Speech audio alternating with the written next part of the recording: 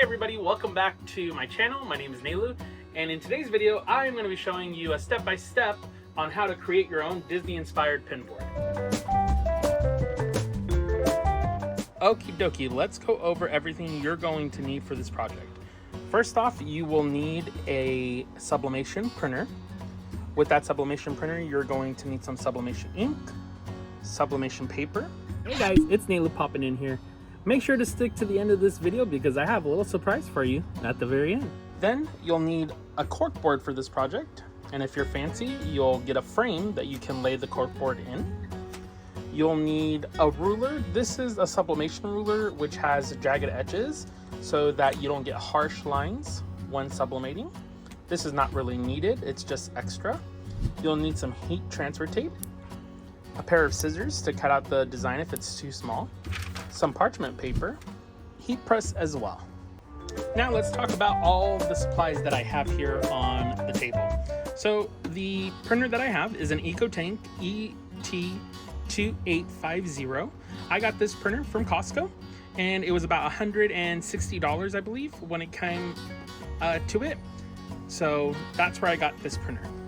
The next thing that we're gonna need is your sublimation ink. And I get my sublimation ink from a vendor called Cosmos Ink. And this is the person, or this is the channel that I actually started my sublimation journey on with them. And they have some good resources. I've linked their website in the description below, so you can check them out. They also have really good resources, videos, and stuff like that with sublimation. My sublimation paper is also from Cosmos Ink. And this is the size and the type of paper that I get. Now, let's talk about the cork board. So this cork board I got off of Amazon, and this is a 1/2 inch thick cork board, but you can get different sizes of cork board as well. They have 1/4 inch and different, even smaller sizes of cork board. Mine has an adhesive on the back just to make it easier if I wanted to stick it to the wall, or I wasn't really sure what I wanted to do with it, so I wanted that option. Now, the frame that I got, as you can see in here, this is the same size cork board and it's put into this plastic frame. So what I did is I bought this from Walmart and it was just a couple dollars, and I got it, I removed the glass that was in there and just used the frame, and they pop in from the front because this is what the back of the frame looks like. So that way you can hang it up onto your wall if you would like. The next item is the ruler. This ruler is not needed. I use it just so that I can cut the paper when you're working with sublimation. If you leave the paper straight edged, you can create burn marks or lines in your designs or on your cork board for that. So this is a handy tool that you can use to cut the paper down in squiggly lines so that way you don't have that defined line on your print. The next thing is heat transfer tape. I get this from Amazon, and it's really just that. You can search it anywhere. And like I said, I do have links at the bottom in the description for you guys if you want to check it out to see where the products are from. These are just scissors. Any pair of scissors will do. This is just some parchment paper or butcher paper. Not parchment paper, butcher paper that I got from Amazon as well.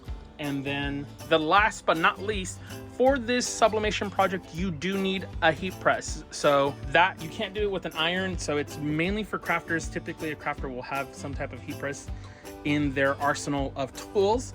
And this heat press I got quite a few years ago from Amazon, and that's also linked in the description below. Okay, so let's get into the options of creating your design. So you have a few options to consider when you're making your design. The first option would obviously be Etsy. So you can look for any type of design that you would like to put on your pin board. Maybe Disney's not your favorite, maybe it's something different. And you just search up for a PNG, and you can download it like I did here for my design, and you can print it just from the menu here and print it out to your printer. So that's the first option. The second option would be using a platform like Canva. You could design your own pin board design. You can personalize it by adding a name. There's different types of things. Also, Canva, you can upload different things into Canva. So there's a lot of stuff that you can do with Canva. They do have a free version and a paid version. Most crafters that I know have Canva, and they have the pro version, the paid version. There's just a lot of tools, and it's such a great thing to have, especially when you're a crafter and you're creating a lot of different things, especially when it comes to sublimation. So that's another way of creating the pin board. Now, the pin board, the creations that I have here are actually available on my website. If you go to nelusway.com, and I'll have that linked in the description below, you can click on sublimation, and right here you'll find this magic pin board sublimation. This is just a sheet that I created for you guys as a little guide. This all has links to the cork board that I used, the frames that you can get from Amazon. I believe they're comparable to the ones that I got from Walmart. And everything that you'll need for this. Also has my heat press settings that we'll use in today's project as well, and also these free templates that you can use. You'll just click on it. You will need to be signed up for Canva, whether it be the free version or the pro version, in order to access this. You'll just click edit template, and then you'll be able to go in and use this template and change it to anything you want. You can add the name if you like the way that it's set up, or you can just take inspiration from this and change it the way you'd like it. So that's just a free resource for you guys to use if you want to. The next part, or the next thing that you could do, and this is actually what I did, when you're working with sublimation, you know that the inks and everything that we go through do have specific color profiles when it comes to sublimation. So if you are a crafter that has done sublimation before, then you would know that you'll want some type of design software. The software that I'm using is called Inkscape, and it is a free software that I downloaded. It's like Adobe Illustrator.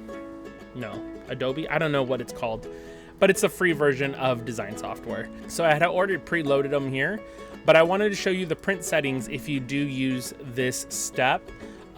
Just to show you what the print settings that I use. So with this, you'll want to set your print settings to the best when printing any of these. If you're going to use Canva, whether you use just downloading the image and printing it right from your computer, you want to use the best settings when it comes to printing your prints, so that way you have the best outcome. With that, you might have noticed that a lot of the stuff that I'm printing here is blue or a gray or a black. The reason being is because we're gonna sublimate on cork, and cork is not a white background, it's brown. So when you're using colors on a substrate that is not white in nature, then the color will not transfer correctly. Like, it will be dull, the colors won't be bright, and you won't receive the true color that you're assigning from your design, if that makes sense. So when you're printing on cork, if it's not white, then the best option for you to do is grayscale, meaning that you want to stick to the colors gray, black. Your blues, like the one you see here, that's the color that I'm going to be using. Hopefully that makes sense. If you do have questions, leave a question in the comment section, and I'll be more than happy to answer that for you.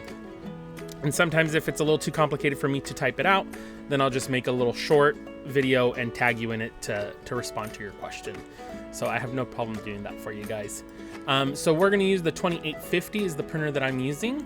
We're going to go over here to page setup. We're going to leave alone. We're going to go rendering. We're going to leave that alone. Job.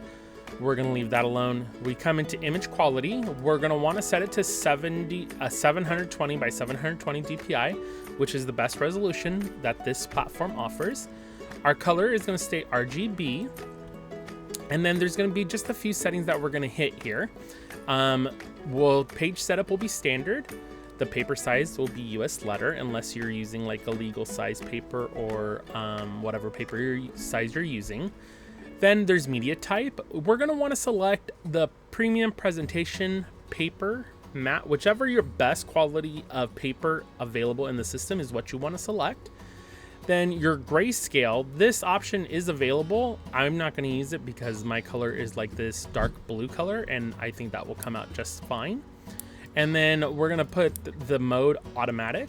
The automatic we're going to put to quality because that's what we want to focus on. And then print quality, we're going to select best quality. Very important step that I guess I failed to mention when you're printing on your if you're just going to download this image and then you're just going to print, you're going to want to make sure that this image is mirrored. So in your settings in your computer, you're able to mirror that. With this design software that I'm using, Inkscape, it has the ability to mirror that. So I'm going to turn that on. And that's very important because if you do not mirror your design, it will print backwards once you press it. So something to keep in mind there. And so we're going to go ahead and hit print here. And then that will print out to our computer, to our printer. Naily popping in here. I had mentioned it, but I didn't even show you guys. So if you download an image from Etsy or wherever you're downloading it from that you want to use for the sublimation, and I had mentioned that you're going to need to flip the image. So how you're going to do that here? Now this is a Mac, so if you have Windows, I'm not sure how that's done, but on the Mac, you're going to go to print. You'll select your printer. And then if you come down here, there's a layout section. Under layout, you'll want to flip horizontally, and that's going to invert your image or mirror your image. So that way it prints the right direction so that you can sublimate it onto your corkboard. I just wanted to show you guys. Thanks. Alrighty, perfect. And now we have our design printed. Alrighty, so now that we have that printed, as you noticed on the bottom of mine, I did have some ink run when it was printing the print. So you can use the ruler or you can use scissors to take this off. And the reason we want it not necessarily straight is because when you're pressing this to your corkboard, it can leave a harsh line on the corkboard. And so if you're trying not to get that, or not for that not to happen, you're going to want to have something like this where it gives you a softer edge so those lines aren't so defined when you're pressing your image to the corkboard. And it's just really simple to use, nothing crazy. Of course, you can do this with your scissors as well. It's really up to you how you want to proceed. This ruler is only a couple dollars on Amazon, so I got it. I saw another creator use it, and so I thought, hey, I could do the same. And then I kind of messed that up, didn't I? Let me pull this down a little bit more and pull some more of that. Oh gosh.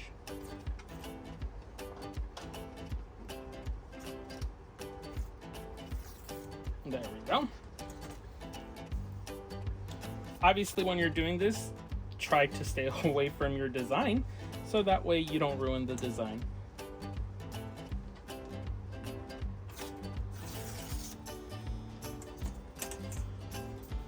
Okay, and that's what it's going to look like when you tore all these edges. Alrighty, so now that we have that done, it's time to get to the pressing and getting this thing created. So the settings that I use for my heat press is going to be, I'm going to set it to 390 degrees Fahrenheit, and I'm going to press it for 90 seconds. Now, I do have a guide that's linked in the bottom of the description that has the settings and where you can get all these tools and everything that I'm using, so you can download that and use that for yourself. So feel free to do that. Now we're just going to wait for the temperature to get up to the correct temperature, and we'll press this design. Okie dokie, friends. As we wait for the heat press to heat up, what we're going to work on is placing our design down on our corkboard so we can get ready to heat press it. Now, if you're looking at this design, you're like thinking, Nail, it's backwards. Remember, when we printed it, we have to invert the picture or put it backwards so that when it prints, because we're going to put it face down, it looks, when we look at it, it will be the right side up. And of course, I'm just eyeballing this because this is a craft project and it does not have to be perfect. So I'm just going to try to get this into the center as well as I can, and kind of just doing that with my finger here and seeing if I can get it just about right here. What we're gonna do is use some heat tape. Don't use regular tape because that will melt for sure. Make sure it is heat tape.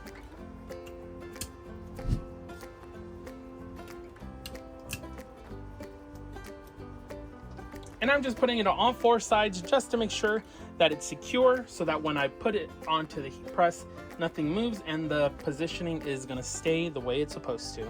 Okay, so our heat press has come to temperature, and what we're gonna wanna do is definitely adjust your heat press. We're gonna want firm pressure, very firm pressure when applying it to this cork board. So I'm gonna lift it just a little bit. I think that's good enough for me. Place this into the center, and this is where your butcher paper comes in. With sublimation, you can have ink that will dissipate and you don't want to ruin your heat press, so that's why we use the butcher paper, so that when the ink transfers, it transfers onto the paper and not your press. So we're just going to test the firmness. I think I want it just a little bit firmer. I'm going to adjust this. Perfect. And let's start the countdown.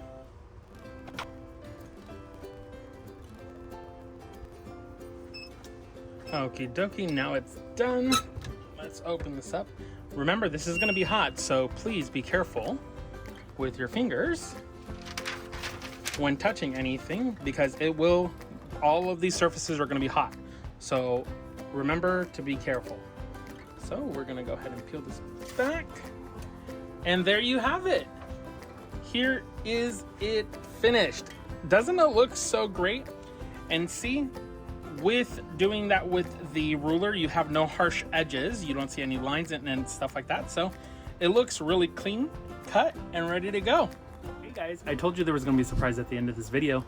And the surprise is I'm gonna be gifting one of my followers this pin board. And all you need to do is be subscribed to my YouTube channel and leave a comment in the comment sections below of this video. And the winner of this little raffle will be drawn on August 1st. And I will let you guys know who that is. Alrighty guys, so there you have it. This is the step-by-step guide on creating your own Disney-inspired pin board, ready for all your beautiful Disney pins to be hung up on your beautiful wall.